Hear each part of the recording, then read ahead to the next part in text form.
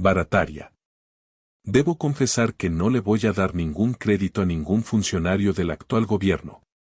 No le doy crédito ni a los magistrados de la Corte de Constitucionalidad, ni a los magistrados ilegítimos y usurpadores de la Corte Suprema de Justicia, ni a la fiscal general, ni al actual gobernante y sus lacayos diputados.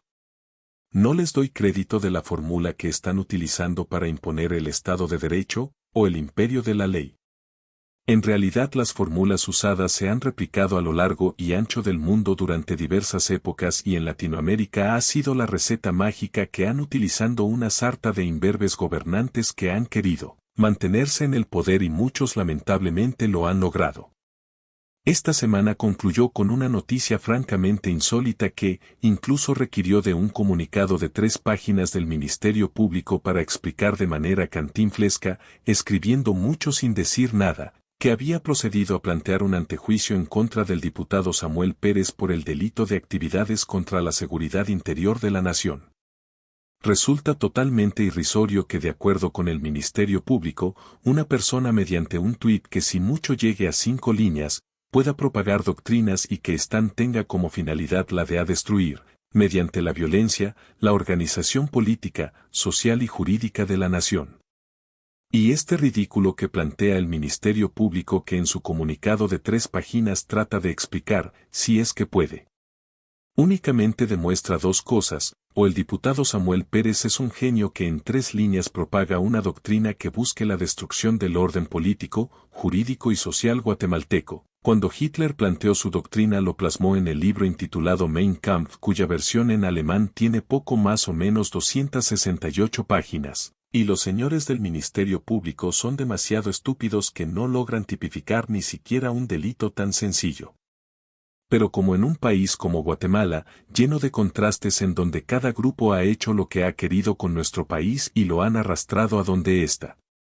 Porque con una CICIG activista, un Congreso complacientemente vendido y una Corte de Constitucionalidad servil, promovieron reformas a la ley orgánica del Ministerio Público para blindar a la señora Telma Aldana, en ese entonces fiscal general, y asegurarle que nada ni nadie la podría quitar del puesto. En ese entonces la meta era quitar de en medio al señor Pérez Molina y la señora Valdetti, lo que lograron, pero no transformaron el país porque su meta era precisamente hacerse del poder que hoy se le está negando veladamente al señor Arévalo. Ni siquiera pudieron hacer una reforma electoral transparente porque el diputado Mario Taracena, gracias a Dios, ya no será diputado. Fue un títere de los grupos de poder para reformar la ley electoral guisacheramente y así querer promover a la presidencia a la señora Sandra Torres, que finalmente tampoco llegó al poder. Lo demás es una historia trágica de cómo se fue la CICIG, que no hizo sino meter a Guatemala en un gran agujero, y llegó la clase política económica gobernante que ha terminado de echar la tierra para sepultar definitivamente a nuestro país, utilizando el legado de CICIG y compañeros. Se habló de pacto de corruptos. En realidad no hay tal pacto de corruptos porque en Guatemala aquellos que promovieron una supuesta lucha contra la impunidad al lado de la CICIG fueron corruptores del sistema también, y los que ahora están en el poder son también, de igual manera, corruptores del sistema. El problema en Guatemala no es de ideologías. Es de 2 grupos que se quieren hacer de nuestro país de una u otra forma y que tienen temor de perder sus privilegios así como la riqueza que han amasado gracias a la corrupción existente.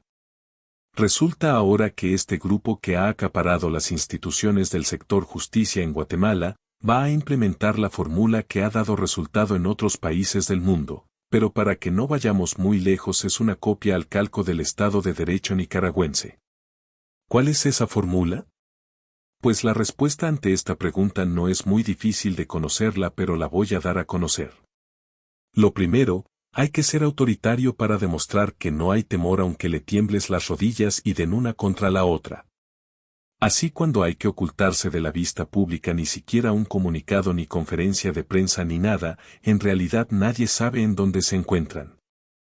Si algunos países pretenden enviar emisarios, no se les recibe para demostrar que en Guatemala la soberanía se mantiene y es indispensable, pero sí que están queriendo bajo de agua asegurarse el favor de otros países. Así vemos una Venezuela soberana pero vendida a Rusia e Irán, vemos una Nicaragua soberana pero nada melindrosa con recibir el apoyo de cualquier país. Y aquí vemos una sarta de funcionarios hipócritas que hablan de soberanía, pero en realidad ni siquiera la entienden. Lo segundo, hay que perseguir a los opositores. La fórmula ha cambiado, en el siglo pasado especialmente los años 60, 70 y 80 había que eliminar físicamente a los opositores, las balas eran necesarias. Hoy en día, en este mundo en donde los derechos humanos son fundamento y el respeto a ello debe ser pan de cada día si no se quiere que luego se le persiga internacionalmente, la fórmula ha variado. Se debe dar muerte civil a todo opositor, ya no con balas sino con la ley en la mano. Y para ello se instrumentaliza la ley, hay que darle apariencia de legal a todo este entuerto y con ellos el Ministerio Público y el Poder Judicial cuales prostitutas de la mano van a venderse al mejor postor. El Ministerio Público propone y el Poder Judicial a través de los jueces ya parcializados deciden y ordenan. En este caso, como es a compadre hablado, no se necesita ser un jurista de mediana inteligencia para promover acciones judiciales, porque vayan bien o vayan mal el resultado será lo mismo, es decir, el juez parcializado dictará todas las resoluciones a favor del ente investigador. Con esto, surgen aquellos dichos bonitos, pero que no tienen nada de real como nadie es superior a la ley, para preservar el Estado de Derecho, la correcta aplicación de la ley y otras por el estilo que suenan bonito pero que en realidad no resuenan vacías porque simplemente se está instrumentalizando el derecho y mientras vemos como unos funcionarios acusados de delitos graves salen libres, no se les aplica la ley, otras personas por delitos menos graves se les mantiene en prisión ad eternum porque para la clase política gobernante ellos vienen a ser enemigos del sistema.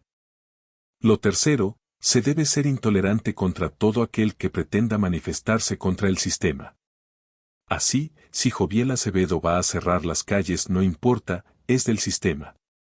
Si son los 48 cantones, hay que reprimirlos e incluso allí hasta tenemos a la Corte de Constitucionalidad resolviendo a la Carta interviniendo incluso en los aspectos de seguridad nacional para indicar que sí o sí debe quitarse los bloqueos. Con esto, debo ser claro aquí que no estoy ni nunca estaré de acuerdo con esa forma cruel, sorda, muda y tonta de protestar bloqueando una carretera. Siempre me ha parecido un sinsentido que si reclaman un derecho violen otro y que a quien le impiden el tránsito es el menos culpable de sus males.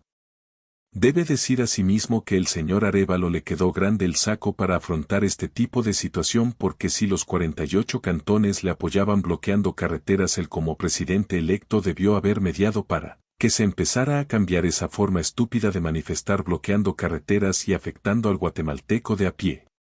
Pero el señor Arévalo ya demostró que le falta un poco de carácter para decir no a lo que no está bien hecho. Así las cosas, en Guatemala se está instaurando un autoritarismo, al que yo irónicamente le llamo autoritarismo democrático porque todos los que actualmente están en el poder parecen no darse cuenta, aunque sí lo saben, que en el país están jugando a un autoritarismo que no va a llevar por un buen derrotero. Tenemos una fiscal que se hace la loca, desoyendo un clamor popular que no es de ahora, es desde que se confesó como una vigilante porque en realidad sus hechos iban más y más contra las instituciones y la misma democracia. Ahora, después de tanta protesta sigue en el cargo y ni el presidente que hay la puede destituir y como es el bocón a veces y a veces muy mesurado, tampoco le pide la renuncia. Este autoritarismo revestido de una democracia que se ha desquebrajado y que se cae a pedazos, supuestamente se mantiene porque se quiere defender la democracia. Así lo dijo el fiscal, el señor Curruchiche, cuando declaró que lo que hacía es para defender la democracia. Sin embargo, una de sus primeras acciones era que mediante una orden de juez se suspendiera al partido Semilla y con ello se suspendiera la segunda vuelta electoral. Entonces, ¿cuál democracia es la que pretende defender? Pero asimismo, este autoritarismo se hace en nombre del Estado de Derecho y para ello, se instrumentaliza cualquier norma penal para atacar a los enemigos del régimen. Esta instrumentalización del derecho es tan alejada de la justicia que se usa para apartar a unos, perseguir a otros y encarcelar a algunos. Así, todo esto no es nada nuevo, es la receta que se ha replicado en muchos países para continuar en el poder, para hacerse en el poder y no dejarlo a aquellos que no pertenecen al sistema o bien no tienen la aprobación de estos.